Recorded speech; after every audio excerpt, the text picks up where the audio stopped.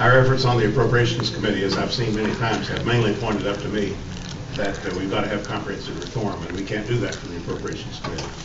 What we can do from the Appropriations Committee is to try to develop a more sensible immigration policy by attaching conditions to funding.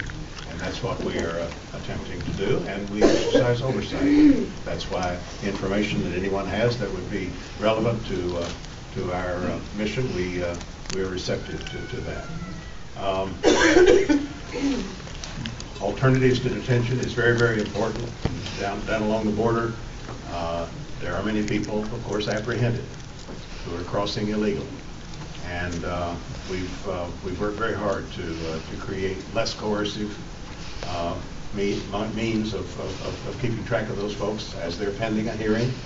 We promote alternatives to detention, try to get away from so much expenditure for hard construction, the construction of facilities.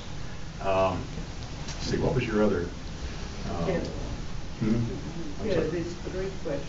Yeah, I asked about funding. I asked about how we can centralize the voices of those most directly affected Yes.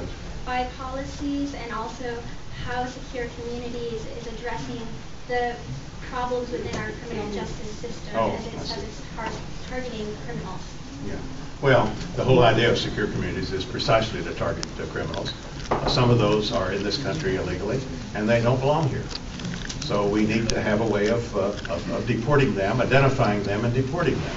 We do need to have some enforcement, but the enforcement needs to be targeted at the right people, and also at protecting the community as a whole.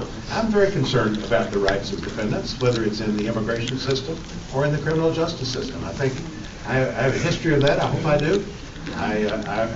Others brought up the Patriot Act and other things that I think are threats to civil liberties. But there are, unfortunately in this world, people who will do us harm, and people who must be apprehended, and people who should be deported.